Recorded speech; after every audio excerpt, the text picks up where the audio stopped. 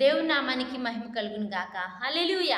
ప్రభునందు దేవుని బిడ్డలందరికీ కూడా యేసయ్య నామం పేరిట శుభాభివందనాలు తెలియజేస్తూ ఉన్నా. ఈరోజు ఒక చిన్న దేవుని మాటను మనం ధ్యానం చేసుకుందాం. కీర్తనల గ్రంథం 33వ అధ్యాయము 7వ వచనం.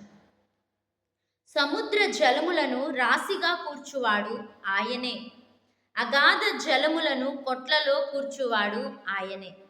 ఈ మాట చదువుచున్నప్పుడు ఇది మన సృష్టికి ఎంతో భిన్నముగా ఉన్నది.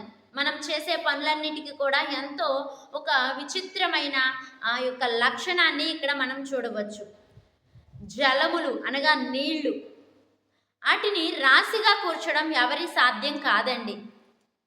నీళ్లు అనేది చాలా విస్తారంగా ఉన్నప్పుడు వాటిని పట్టచాలటం కూడా చాలా కష్టం. వాటిని అదుపు చేయడం చాలా కష్టం.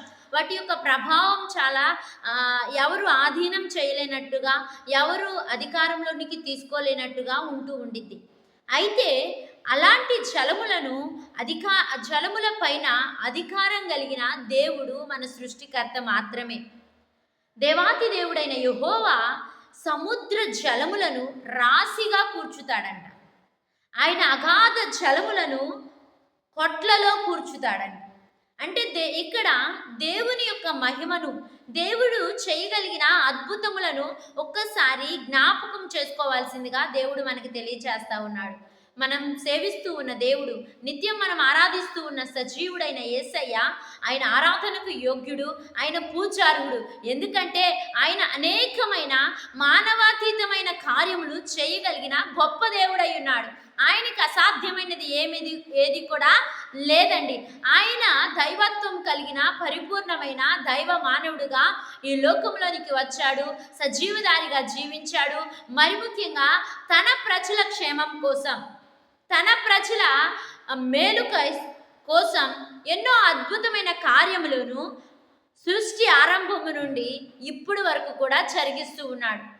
వాటిలో ఈ రోజున మనం చూసుకున్న మాట ఏమిటంటే, సముద్ర జలములను ఆయన రాశిగా కూర్చగలిగిన గొప్ప శక్తి కలిగిన మహాదేవుడై ఉన్నాడు. ఆయన ఆరాధనకు యోగ్యుడై ఉన్నాడు. అంత గొప్ప దేవుణ్ణి మనం కలిగి ఉన్నామండి. ప్రియమైన దేవుని బిడ్డ, ఈ మాటలు వింటున్న నీవు ఏ సమస్యలో ఉన్నా, ఏ కష్టంలో ఉన్నా, ఏ ఇబ్బందిలో ఉన్నా, నా దేవుడు సర్వశక్తిమంతుడు. ఆయన అద్భుతములు చేయగలిగిన దేవుడు. ఆయన అధిక శక్తి సంపన్నుడై ఉన్నాడు.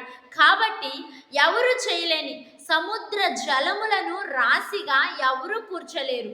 అగాధ జలములను కొట్లలో ఎవరూ కూర్చలేరు. కానీ సృష్టికర్తకు అది సాధ్యం.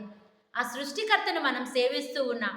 కాబట్టి నమ్మిక కలిగి ఆయన అద్భుతాల కోసం ఆలోచన చేద్దాం, అద్భుతాలను ఆశిద్దాం, అద్భుతాలను అనుభవిద్దాం. ఆయనకు ప్రతినిధులుగా ఈ లోకంలో కృతజ్ఞతాస్తుతులు చెల్లిస్తూ ఆయన కోసం బ్రతుకుదామండి.